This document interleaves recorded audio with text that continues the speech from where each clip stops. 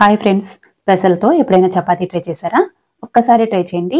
చాలా టేస్టీగా ఉంటుంది. అలాగే సింపుల్గా ప్రిపేర్ చేసుకోవచ్చు. పెసల్ని 6 నుంచి 7 గంటల సేపు నానబెట్టుకోవాలి. అందులోకి 1 ఇంచు అల్లం, 2-3 పచ్చిమిర్చి, అలాగే రుచికి సరిపడా ఉప్పు వేసి కొద్దిగా నీళ్లు పోసుకొని పిండి వేసుకోవాలి. ఈ పిండిలోకి 2 కప్పుల గోధుమ పిండి పడుతుంది. మీరు కావాలంటే మైదా పిండి అయినా వేసుకోవచ్చు.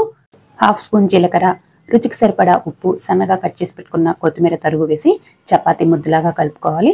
అవసరమైతే ఇంకొక 2-3 స్పూన్లు పిండి వేసైనా సరే కొంచెం గట్టిగా కలుపుకొని ఆయిల్ అప్లై చేసి ఒక 5 నిమిషాల సేపు పక్కన పెట్టుకొని తర్వాత చపాతీ ముద్దల్లాగా చేసుకొని పైన పిండి చల్లుకుంటూ చపాతీ చేసుకోండి. ఈ పిండి మనం ఎంత పల్చగా కావాలంటే అంత పల్చగా చపాతీ చేసుకోవచ్చు. కానీ మరీ పల్చగా చేశారంటే కాల్చిన తర్వాత స్టిఫ్గా అవుతాయి. అందుకని కొంచెం తిక్కుగానే కాల్చుకోవాలి. 2 వైపులా ఆయిల్ అప్లై చేసి మీకు నచ్చిన కూరతో సర్వ్ చేసుకున్నారంటే చపాతీ